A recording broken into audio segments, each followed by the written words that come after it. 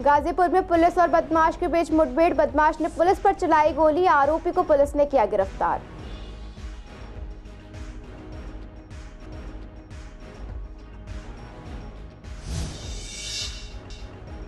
Police ने 2 अंतर्राज्यीय auto lifter को किया गिरफ्तार, आरोपी के पास से 2 कार बरामद, सीसीटीवी फुटेज की मदद से सुलझाया गया चोरी का मामला।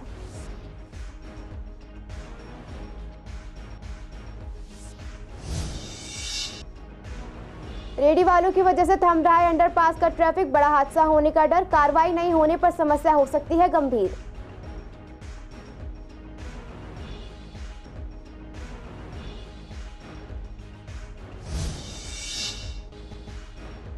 बुर्का पहनकर आए युवक ने 12वीं के छात्र पर चाकू से किया हमला, प्रॉपर्टी विवाद को लेकर रंजिश, दिल्ली पुलिस ने 24 घंटे के अंदर 2 आरोपियों को किया गिरफ्तार।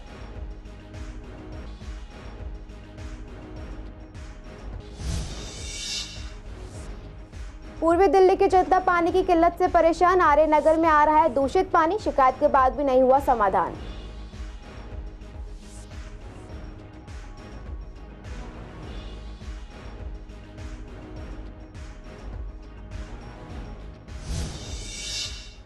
नमस्कार, आप देख रहे हैं CCN लाइव। आपके साथ मैं हूं दुर्गा शर्मा। आप सभी का स्वागत है हमारे खास कार्यक्रम पूर्व दिल्ली खास में। बुलेटिन की शुरुआत करेंगे कुछ खास खबरों के साथ। दिल्ली में बीती रात पुलिस और बदमाश के बीच गाजीपुर में एनकाउंटर हुआ। पुलिस का दावा है कि जब बदमाश ने पुलिस टीम पर गोली चलाई तो पुलिसकर्मी ने फुर्ती दिखाकर खुद को बचा लिया। हालांकि गोली पुलिसकर्मी के बुलेट प्रूफ जैकेट पर जाकर लगी। इसके बाद पुलिसकर्मी ने हवाई फायरिंग करके आरोपी अवनीश को गिरफ्तार कर लिया। उसके पास से सेमी ऑटोमेटिक पिस्तौल और 3 कारतूस बरामद किए गए हैं। पुलिस सूत्र का कहना है कि क्राइम ब्रांच ने आरोपी के खिलाफ हत्या के प्रयास, आर्म्स एक्ट समेत कई संबंधित धाराओं के तहत केस दर्ज किया है। पुलिस अधिकारी ने बताया कि क्राइम ब्रांच की ईस्टर्न रेंज टीम ने कल रात उन्हें सूचना दी थी कि 30 अप्रैल को हर्ष विहार इलाके में अपने साथियों के साथ मिलकर युवक को गोली मारने वाला अवनीश कुछ देर में अपने साथियों से मिलने जाएगा। वो गाजीपुर से होते हुए गुजरेगा। सूचना के बारे में आला अधिकारियों को बताया गया, जिसके बाद एक टीम को रेड के लिए तैयार किया गया। टीम गाजीपुर पहुंचकर आरोपी का इंतजार करने लगी। देर रात 2 बजे के करीब एक व्यक्ति स्कूटी पर सवार आता हुआ दिखाई दिया। पुलिस टीम ने उसे रुकने का इशारा किया। आरोपी ने रुका नहीं और पिस्तौल निकालकर कांस्टेबल अनिल कुमार पर गोली चला दी। दावा है कि गोली चलाने के बाद अनिल ने फुर्ती दिखाते हुए खुद को बचाया, जिससे गोली उनके पड़ोसी के साथी के बुलेट प्रूफ जैकेट पर जा लगी, जिसके बाद अनिल ने हवाई फायरिंग की। आरोपी घबरा गया और फिर पुलिस टीम ने उसे दबोच लिया। शादरा जिले की AATS टीम ने 2 अंतर्राज्यीय ऑटो लिफ्टर को गिरफ्तार किया है। गिरफ्तार आरोपियों के पास से 2 कार बरामद की गई है। आरोपियों की पहचान राजू सिंह और दीपक कुमार के रूप में हुई। DCP ने बताया कि देर रात थाना GTP एनक्लेव क्षेत्र से एक मारुति स्विफ्ट डिजायर कार चोरी का मामला थाना GTP एनक्लेव में दर्ज कराया गया था। जांच शुरू कर दी गई। AATS टीम ने दिल्ली और NCR के विभिन्न स्थानों के CCTV फुटेज की जांच की और फुटेज के आधार पर लोनी UP और गुप्त मुखबिरों के माध्यम से अपराधियों की पहचान की गई। सूचना के आधार पर टीम ने हरिद्वार उत्तराखंड में जनता फ्लैट शिवलोक कॉलोनी रानीपुर हरिद्वार के पास जाल बिछाया और 2 आरोपी को गिरफ्तार किया और एक कार भी बरामद की, जिसके बाद टीम ने दोनों आरोपी की निशानदेही पर GTP अस्पताल दिल्ली के मुर्दाघर से चुराई गई एक कार भी बरामद की। पुश्ता रोड से नोएडा की तरफ जाने वाले लिंक रोड पर अंडरपास के नीचे रेडी पटरी वालों की वजह से जाम की स्थिति पैदा हो रही है। अभी यहां पर सिर्फ 2 से 3 रेडियां लगाई जा रही हैं, जो कि रिक्शा और बाइक पर सामान बेच रहे हैं, जिसकी वजह से तेज रफ्तार से आती हुई गाड़ियों की स्पीड भी स्लो हो रही है। लेकिन इन पर जल्द से जल्द कार्रवाई नहीं की गई तो यहाँ पर रेडियो की गिनती बढ़ने में देरी नहीं लगेगी। जब हमारी संवाददाता सोनिया शर्मा ने इस अंडरपास का जायजा लिया तो राहगीरों ने बताया कि जिस तरीके से यहाँ रेडियां लगी है, इससे तेज स्पीड से आती हुई गाड़ियां धीरे चलने लगती है, जिससे अक्सर जाम तो लगता ही है, साथ ही हादसे का भी खतरा बना रहता है। ऐसे में MCD को इन पर सख्त कार्रवाई करने की जरूरत है। नहीं, गलत है जी, एक्सीडेंट भी हो सकता है इससे। तो लोग बाग पीछे से ब्रेक मारेगा तो तुरंत ठुकेंगे आपस में। हाँ, हाईवे है, ठीक हाईवे है ये। 80 पे होती है, 80-100 जाम लगता है यहाँ पे जी। इसको कहीं और जगह दी जाए और क्या होना चाहिए, यही है। और तो कहीं देखी नहीं ऐसी रेडी, और कहीं नहीं लगती। लक्ष्मी नगर का ये फ्लाईओवर है मेन अंडरपास। नहीं, ट्रैफिक तो काफ़ी हो, जब जाम लगी जाता है तो ट्रैफिक तो गाड़ियों की दिक्कत होती है, एक्सीडेंट का भी होने का चांस है, काफ़ी खतरा बढ़ जाता है। लोग भी रुकते हैं, वैसे भी आदमी रुकते हैं, आराम थोड़ा रेस्ट करते हैं। भाई इनको कहीं और कहीं जगह दे दो भाई, वो तो जायज़ सी बात है। हाईवे पे तो जाम तो लगेगा, अगर कोई रेडी लगेगी तो हो सकता क्या है भाई, रेडी हट जाए यहाँ से, भाई रोड क्लियर हो जाएगा। भाई आम पब्लिक तो अब बाहर से आती, इतनी धूम में कम से कम रेस्ट थोड़ा कर लेती है। अब आदमी रेस्ट चक्कर में इसके रेडी के पानी पीने के चक्कर में और जाम लग जाता है। एक तो बिल्कुल ढलान हो गई, एक मोड़ आता जैसे, उससे डर है थोड़ा बहुत बस। है, हो सकता है हादसा, बिल्कुल हो सकता है। गाड़ी वाला चाहे बाइक वाला एकदम ब्रेक मारता है, लगा लो, गाड़ी वाला ओवर में कई बार देख नहीं पाता, वो भी रिस्क है। चलान काटना चाहिए, चाहे इसको हटाना चाहिए। रेडी होते हो, साइड में होते हैं बिल्कुल हटकर। ये थोड़ा बस ये मोड़ पर गलत है, मोड़ पर नहीं होना चाहिए। हो तो अपना साइड में हो, हमें अच्छी बात है। देखो दुकानदारी है, सब कमाने के लिए करता है कोई भी होता है, चाहे गवर्नमेंट के पास जा रहा है या नहीं जा रहा, वो हमारे को नहीं पता, मतलब वो गलत है। इसको थोड़ा जैसे पटड़ी है उसके परली तरफ होना चाहिए। इस रोड पे मेरे हिसाब से तो बहुत गलत है, क्योंकि एक तो ये चलती फिरती आधा रोड है, ऊपर से टर्न के पास इन्हें रोड लगा रखी है अपनी रेडी, कोई एक्सीडेंट भी हो सकता है हैवी वाला इधर, तो मेरे हिसाब से तो गलत है। गाड़ियाँ रुक रही हैं क्योंकि इन्हें लगा रखे, वायरल तो हो रखे हैं। तो जिस तरीके से हम भी ऐसे सीधे आ रहे थे तो हमने देखा ये तो वही वाले दिख रहे हैं, तो हमने भी खुद ही साइड में बाइक लगाई है, क्योंकि रात में तो और ज़्यादा फिर अंधेर हो जाता है, दिखाई नहीं पड़ेगा, तो और ज़्यादा दिक्कत हो सकती है। सही नहीं है, ये तो गलत है। एमसीडी को वो करना चाहिए, क्योंकि रोड पर ये कुछ भी हो सकता है, एक्सीडेंट भी हो सकता है, ट्रैफिक की भी वजह भी है। भी मेन रोड है, आउटर रिंग रोड है, गाड़ियाँ तेज़ी से ही आएंगी यहाँ पे बहुत ज़्यादा, सबसे ज़्यादा उसी का वो है। तो ये टर्न है, स्लाइड टर्न है हल्का सा, फिर उसकी वजह से भी ट्रैफिक लगने के कारण की वजह से लोग भाग नहीं देख पाते हैं कभी कभार, तो हो सकता है। फिलहाल मैं मौजूद हूँ गीता कॉलोनी के पास बने इस अंडरपास पे, जो ये रास्ता नोएडा की तरफ जाता है, साथ ही यहाँ से गीता कॉलोनी की तरफ ये पूरा अंडरपास जाता है। रोड काफ़ी व्यस्त रहता है। यहाँ पे आपको दिखाना चाहूँगी कि लगातार जो गाड़ियों की गति है वो काफ़ी तेज़ रहती है, काफ़ी स्पीड से गाड़ियाँ यहाँ पर आती हैं और इस अंडरपास के नीचे आकर के रुकती है। यहाँ पर कुछ लोग ठहरते भी हैं आराम करने के लिए, साथ ही कहीं ना कहीं इस तरीके से जो रेडियाँ लगाई गई हैं यहाँ पे कॉर्नर पे आप देख सकते हैं, उसकी वजह से भी कुछ लोग रुकते हैं और जिसकी वजह से कहीं ना कहीं गाड़ियों की जो स्पीड में कमी आती है और एक हादसे का कारण बन सकती है, क्योंकि तेज़ी में गाड़ियाँ आ रही हैं और जिस तरीके से यहाँ पे रुकी हुई हैं गाड़ियाँ वेट कर रही हैं, उन्हें देखते हुए कहीं ना कहीं जाम की स्थिति भी बन जाती है और जाम भी लग जाता है। इसमें चाहिए निगम को कि जिस तरीके की रेडियाँ कहीं भी लगा दी जाती हैं उस पर रोक लगाई जाए, उनको हटाया जाए, उनके ऊपर कार्रवाई की जाए, कोई ड्राइव चलाई जाए। जिस तरीके से रेडी पटरी कहीं भी लगा दी जाती है उसमें रोक लगे, उनको हटाया जाए। ऐसा ही कुछ हाल जो है इस नोएडा के हाईवे पर है। यहाँ पर जिस तरीके से गाड़ियाँ लगातार आ रही हैं, आप देख सकते हैं गाड़ियों की स्पीड जो काफ़ी तेज़ है, गाड़ियाँ जो हैं धीमी नहीं हो रही है, लेकिन जिस तरीके से यहाँ पर गाड़ियाँ रुकती हैं उसके बाद उनकी स्पीड में कहीं ना कहीं कमी आती है, जिसकी वजह से हादसे होने का खतरा जो है बना रहता है। और यहाँ पर कुछ रेडियाँ यहाँ पर लगी है जिसको इस्तेमाल करने के लिए, जिस पे जाने के लिए, पानी पीने के लिए यहाँ पर लोग रुकते हैं और पीछे जो गाड़ियाँ आ रही है उनकी स्पीड में कहीं ना कहीं कमी आती है, जिससे हादसे होने का खतरा बना रहता है। निगम को चाहिए इस रेडी पटरी पे जल्द से जल्द कार्रवाई की जाए और उनको यहाँ से हटाया जाए। कैमरा पर्सन ललित कुमार के साथ सोनिया शर्मा, CCN। शादरा डिस्ट्रिक्ट के सीमापुरी इलाके में रंजिश के चलते 12वीं कक्षा के छात्र पर चाकू से हमला करने का मामला सामने आया है। मंगलवार को पीड़ित छात्र अपने किराने की दुकान पर भाई के साथ बैठा था। इसी बीच एक व्यक्ति बुर्का पहनकर आया, उसने चाकू निकालकर पीड़ित की गर्दन पर हमला कर दिया और वारदात के बाद आरोपी मौके से फरार हो गया। मामले की सूचना मिलते ही पुलिस टीम मौके पर पहुंची और घायल को अस्पताल में भर्ती कराया गया, जहां उसका इलाज किया गया। पुलिस ने पीड़ित के बयान पर हत्या के प्रयास का केस दर्ज कर लिया है। पीड़ित ने बताया कि ये पूरा मामला प्रॉपर्टी विवाद का है। इससे पहले भी हमारे ऊपर हमला हुआ है। अब तक हमारे ऊपर 3 से ज्यादा हमले हो चुके हैं। इसकी शिकायत कई बार हमने पुलिस को दी, लेकिन पुलिस ने कोई कार्रवाई नहीं की। अगर पुलिस पहले कार्रवाई कर लेती तो शायद ये हमला नहीं होता। फिलहाल इस पूरे मामले में पुलिस ने CCTV के आधार पर दोनों आरोपियों को गिरफ्तार कर लिया और आगे की जाँच पुलिस कर रही है। लेकिन पीड़ित परिवार अभी भी पुलिस से गुहार लगा रहा है कि मामले की अच्छी तरीके से जाँच की जाए। आपको बता दें, पुलिस ने 24 घंटे के अंदर आरोपियों को गिरफ्तार कर लिया है। आरोपियों की पहचान चंद्रभान और आदित्य के रूप में हुई है। पुलिस अधिकारी ने बताया कि आरोपी चंद्रभान पर 4 और आदित्य पर 2 मामले पहले से दर्ज हैं। पुलिस ने इनके पास से वारदात में इस्तेमाल चाकू बरामद किया है। पुलिस पकड़े गए आरोपियों से पूछताछ कर मामले की छानबीन कर रही है। बाबूजी प्रॉपर्टी के ऊपर है। ये प्रॉपर्टी B29 और 30 मार्केट जो है ये मेरी थी नहीं जी, और B29 जो है और 30 जो ये प्रॉपर्टी मेरी थी, मैं इसका मालिक हूँ। ये मैंने अपने छोटे भाई को कुछ दिन के लिए रहने के लिए दे दी थी। इन भाई ने जो है वो मतलब कुछ आदमी आपस में मिल के वो कुछ मिक्सर करके मेरी प्रॉपर्टी को फ्रॉड कागज बना के इसको बेच दिया जी। नहीं बाबू, ये जो हमला हुआ है इस प्रॉपर्टी के बाबत में इससे पहले भी हुआ था। उस केस में भी पुलिस ने जो कार्रवाई जो की है, अभी उसके बारे में ये तो बात सही है कि इसकी कोर्ट FIR हुई। FIR के बाद में ये बंद भी हुआ। शन्नी नाम का जो ये हुआ है ये बंद भी हुआ। लेकिन उसमें जो थाना जो कर रहा है, जो आगे कार्रवाई कर रहा है, उसके बारे में अभी कुछ मैं बता नहीं सकता क्या कर रहा है क्या नहीं कर रहा। ये दूसरी बार भी किया है जी।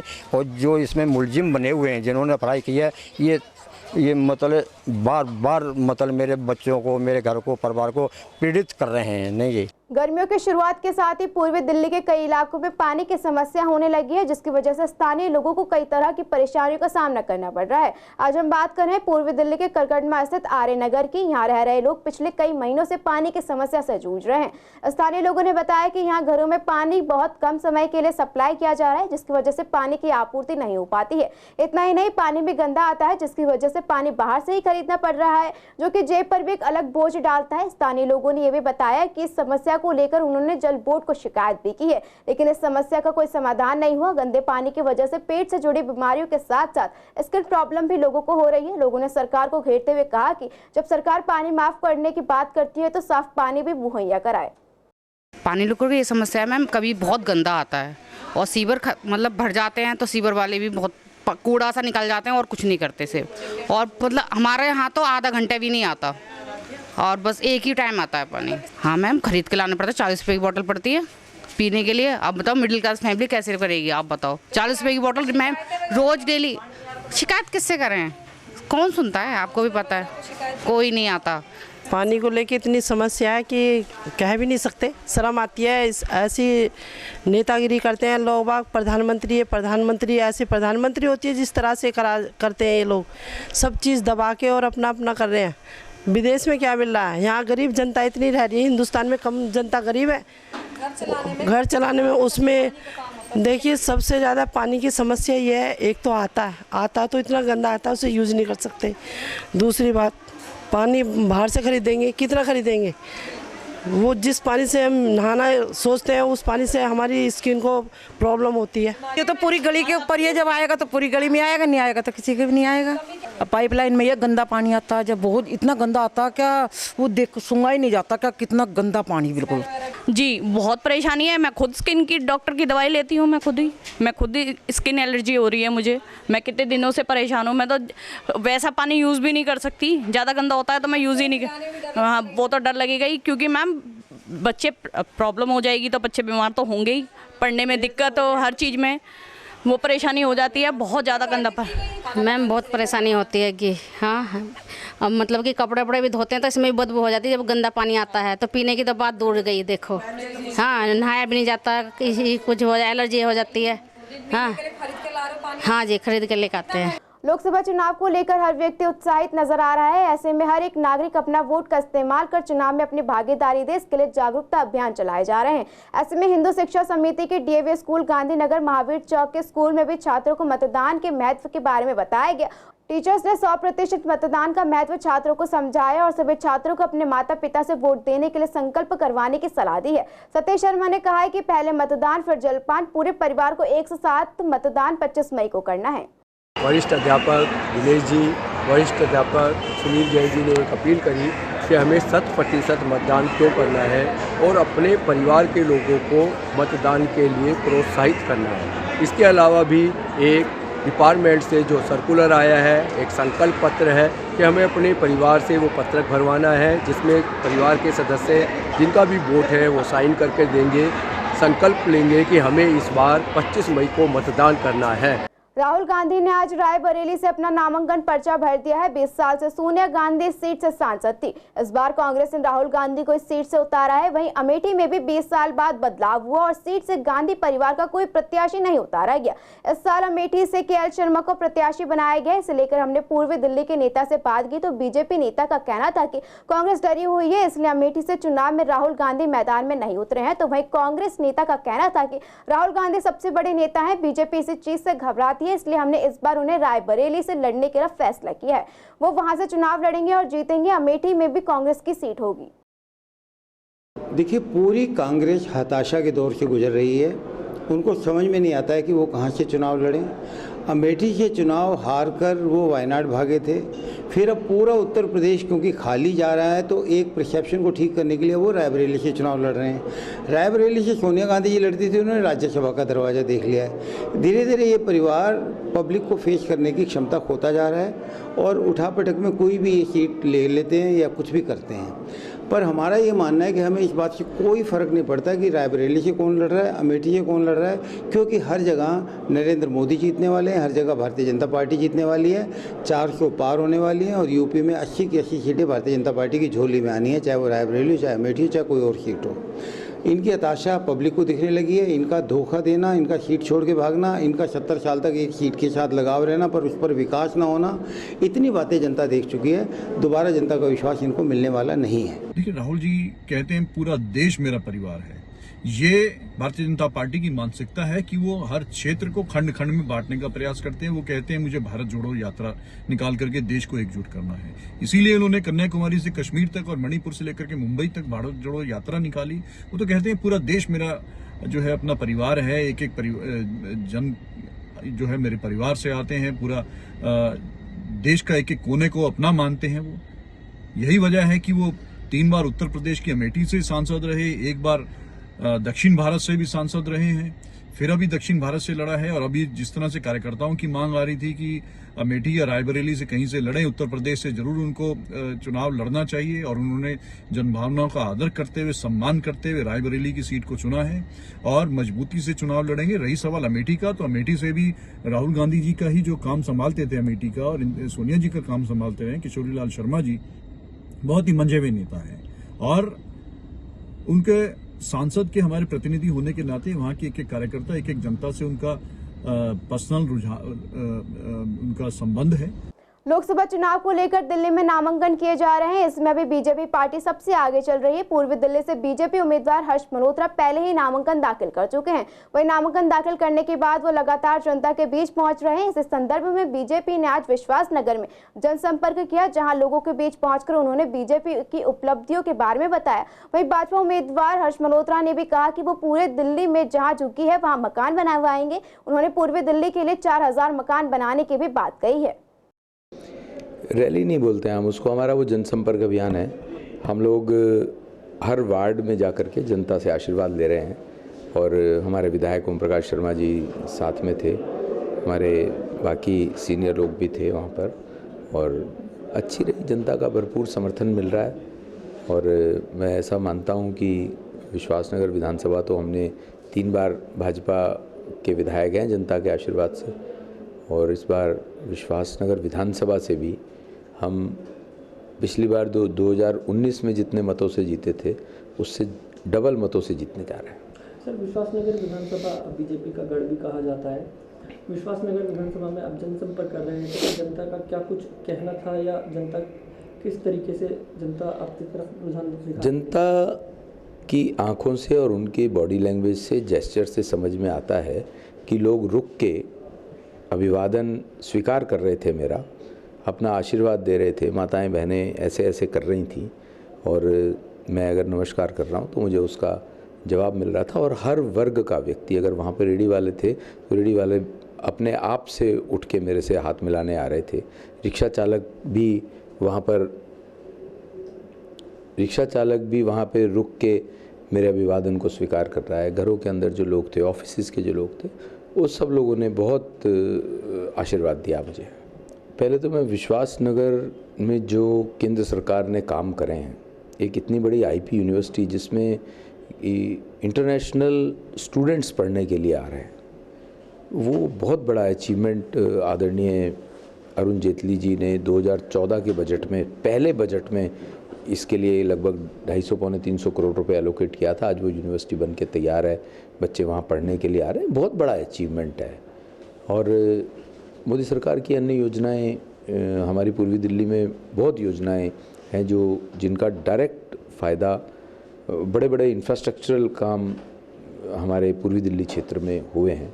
और मैं बात कहूँ कि आगामी हमारी सोच में जो जहाँ झुग्गी वहाँ मकान, और उसमें भी हम स्टार्ट करेंगे कलंदर कॉलोनी, दीपक कॉलोनी, दिलशाद विहार, 3 कॉलोनीज़ हैं, वहाँ पर हम 4000 फ्लैट वहाँ के झुग्गी वासियों को बना के देंगे और ये मोदी सरकार के शपथ लेते ही हम इस काम को प्रारंभ करेंगे। राजधानी दिल्ली में 18वीं लोकसभा के चुनाव में नामांकन करने की प्रक्रिया के 5वें दिन उत्तर पूर्वी दिल्ली में 2 नॉमिनेशन फाइल हुए हैं। दोनों ही नॉमिनेशन निर्दलीय उम्मीदवारों द्वारा भरे गए। आपको बता दें कि नामांकन के चौथे दिन भी उत्तर पूर्वी दिल्ली में 2 नॉमिनेशन फाइल किए गए थे, जो कि निर्दलीय उम्मीदवारों द्वारा ही भरे गए थे। आपको बता दें, नॉर्थ ईस्ट के एसडीएम इलेक्शन ने बताया कि अभी तक 2 नॉमिनेशन फाइल हुए हैं। अभी जानकारी अनुसार कल हो सकता है कि कांग्रेस उम्मीदवार का नामांकन भी फाइल किया जाए। बता दें कि 6 मई नामांकन भरने की आखिरी तारीख है।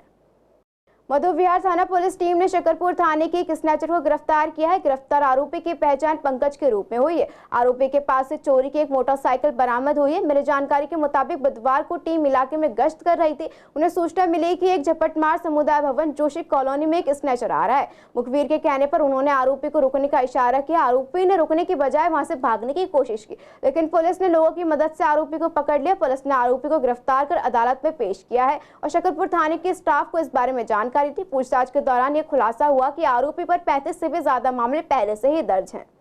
पूर्वी दिल्ली खास में फिलहाल इतना ही। खबरों के लिए बने रहिए CCN लाइव के साथ।